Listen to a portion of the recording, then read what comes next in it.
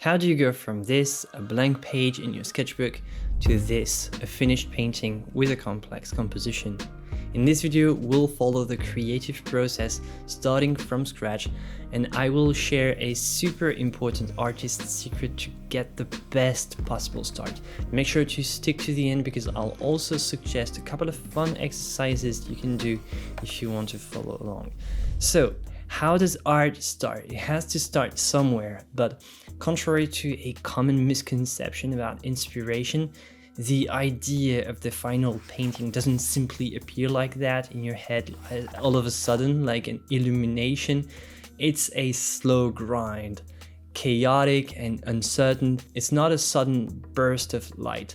You know how the symbol of the light bulb is commonly used to illustrate inspiration and having an idea? Well, this is a terrible image because it's nothing like this for art. It all starts with a blank page or a blank canvas, and this is actually where most people would stop. It's very hard to face this emptiness when in front of you there's just an infinite number of possibilities. Creative anxiety is a real thing, and surprisingly, it doesn't come from a lack of ideas, but from an overwhelming number of possible, equally interesting options to consider. The job of an artist is to decide which one is the best, probably, and to make it a reality, which is even harder. So today I want to share with you a simple trick. Like, it's stupidly simple, but it will definitely help you get a good start and figure out the composition of your future paintings early on. It will help you release your creative anxiety, explore more possibilities, and overall make you a better artist. This trick is so simple, but sadly often overlooked. Today, let's talk about the power of thumbnails. So let me grab my sketchbook and show you.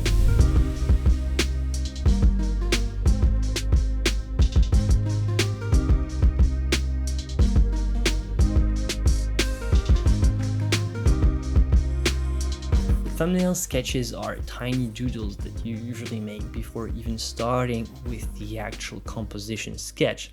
See, this is a sketch, but it's already quite an elaborate drawing, and it requires a little bit of thought before it can be done. A sketch is already a pretty complex drawing, and if you're at ground zero and have no idea what type of picture you'd like to make, it's very difficult to start with an elaborate sketch. This is why thumbnails are so great. Just doodle a couple of random shapes. It goes very fast, and it allows to go with your instincts.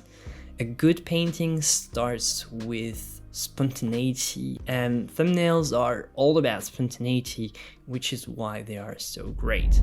What I recommend is that you start not actually with your sketchbook, but you start by selecting your canvas before you even start picking up your sketchbook and pencil. Your surface should be the primordial source of inspiration. This is the space in which everything is going to unfold. Do you want a portrait or a landscape orientation? Maybe you want to pick a square canvas, a tondo, which is a round one, or make a polyptych with multiple surfaces. Composition starts with the selection of your surface. You don't even need to touch a pencil or a brush. You are already composing by just picking the right surface. In fact, if you start with absolutely no idea of what to paint, like, you want to paint something, but it could be anything and you have no idea yet, the surface itself, even if it's just white, it might still give you the primordial clue of what could be an interesting subject that could fit in this type of space. It might tell you what type of figure would look well, what type of landscape, what type of dynamic lines, what type of geometry would look nice. That's the first spark of an idea from nothing more than a blank canvas. So From now on, you know, a blank canvas is not just a terrifying field of emptiness, it's the primordial potential for your future piece. If you sometimes get creative anxiety at this point, I can only recommend that you actually learn to appreciate the blankness of the canvas and contemplate it for a while just before you start. Not just to stare at the void, but to start seeing figures dancing in the space of the future painting. This first spark of emotion is already there if you learn how to see through the whiteness. The first fragment of an idea of a possible subject is already there, but it needs to unfold. Real quick, if you like my approach, just want to let you know that I have 2 courses available. My first course is focused on oil painting techniques from beginner to intermediate, and my second course is about color theory and its application for painters. If you want to learn oil painting and color but don't know where to start, I'm sure they can help you. So you'll find the link in the description. Alright, let's go back to the video. For figurative painting, we are going to need a model or reference to paint from. So let's start with that, right? Actually, no. It's too early to even start looking for a model at this point. We're still missing a step in the ladder here. This is the moment for our famous, not so secret. Most artists start with a lot of miniature scribbles that don't look like anything serious, but are actually crucial for the entire process. These tiny thumbnails are actually the size of not necessarily a thumbnail, but a small post-it note or stamp. And the super important part here is that they should be made before finding a model, and more or less they should follow the proportions of the original canvas. They don't need to have the exact same proportions, but have approximately the same shape. So what's the point with these? The point is to let the creative side of your brain run free with the least amount of effort and pressure possible. It's just so small and quick that you can make 4 or 5 in a row, no problem. It's a great way to quickly visualize and compare composition, geometry, dynamic lines, balance and imbalance, rough placements of the figures. And even if it's just very rough and only you can see anything, you will understand what it means. Even if you're the only one to understand what it means and what it's supposed to be, that's not a problem. In just a couple of minutes, you can experiment and test multiple options. It's much more efficient than drawing a more elaborate sketch, which takes time and effort. These thumbnails can be made effortlessly, and that's the whole point. I don't recommend tracing the edges with a ruler. It's better to do it freehand because it's more spontaneous this way. You can make them side by side to compare, or just erase roughly and start over on the same one. It doesn't really matter, but I suggest to keep them so that you can have a comparative view of them side by side. And don't be afraid to be very vague and rough. It's a draft of a draft of a draft. That's the entire purpose. Sometimes what I do is that I only trace dynamic lines, trying to divide the space of the composition with no clear intention, and I let the pencil tell me what to do next. And just like that, out of nowhere, I somehow realized that, oh, this could lead to an interesting composition. I realized that maybe a figure could fit there, or another one here or here, then a background sort of like this or like that. And it's not that I figure out the entire project at this stage, it's just that I start with something rather than nothing at all. And all of this happens spontaneously, which is the point. I always draw at least 3 or 4 of these before I start looking for a model. They don't cost much to do and they can be done on the fly. So what next? Once you have a couple of small thumbnail sketches, you can select the best idea for your composition and decide what to do next and where to go. Now it's really time to start looking for models based on your initial idea that you've just doodled in your chosen thumbnail. If you want to ask a model to pose, now it's the time. If you need props, need a background, if you need to go look for images online, now it's the time. Now with your model or your reference pictures in place, you can start drawing the complete sketch.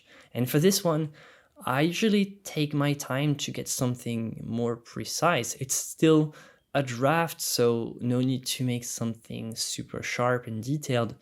But one very, very important thing for me at this stage is to make sure to draw the sketch with the same proportions as my canvas. For example, if my canvas is 120 by 100 centimeters, in my sketchbook, I will trace a rectangle with identical proportions. So let's say 12 by 10 centimeters. Then what I like to do, but this is more personal preference, is I draw the thirds and the median lines, and I try to articulate the main points of focus around the intersections of the thirds. The purpose of these lines is mainly to follow the geometry to get a nice dynamic composition, but these lines serve a secondary purpose. They make some sort of a basic grid, which is very helpful when the time comes to draw the same composition, but on the real canvas this time. With these lines, I can be more or less certain that my figures are in the right place, approximately, and at the right size. And it makes the switch from sketchbook to the real canvas more convenient and more fluid. And from there, the actual painting can start. So that's a different story for a different video. But I hope that you realize how much the thumbnail sketches help. They can bring a nice boost in the early stages, which are sometimes tricky to do and painful. Drawing thumbnails is just great to gain speed and spontaneity. It propels the project forward and allows the ideas to come naturally. That's why they are so important to become a more productive artist and a more spontaneous artist at the same time. All right, so now a couple of fun exercises you can do at home if you want to practice doing those small miniature sketches without relying on your own paintings. Number one, take your favorite art book, a pencil, an eraser, and a sketchbook. Then try to draw a quick miniature for your favorite compositions. And don't hesitate to be very rough. It's not a copy here. It should be done in less than a minute or two. Just look for the main lines, just the basic geometry, characters, points of focus. Regarding the characters and the figures, just avoid the details of the face. Avoid anything that would just take too much time, would just make you struggle. Just stick with the basic proportions, the basic position of the figures and the contour. You can learn a lot from your favorite compositions by doing this. And if you do several of them, you'll most likely realize that they have something in common, like a certain type of geometry or lighting or subject placement or something like this. Exercise number 2. Now you can try to get creative and try to get in the shoes of the famous artist that you draw after. Try to imagine how their composition could have been different and imagine different versions of the same piece. For a single master painting, try to come up with 1 or 2 alternative versions. Imagine how the picture could have been different. It's a pretty fun exercise and it requires creativity from your part, which is nice. Alright, that's going to be it for this video. So if you like this video, remember to leave a thumbs up and subscribe. Again, a huge thank you to everyone supporting me on Patreon. This video wouldn't be possible without your support. If you want to join the community, you'll find a link in the description below. You will also find the link to both my courses, my oil printing course and my cutter course. All right, that's it for today. As always, joy and inspiration to you, my friends. Bye.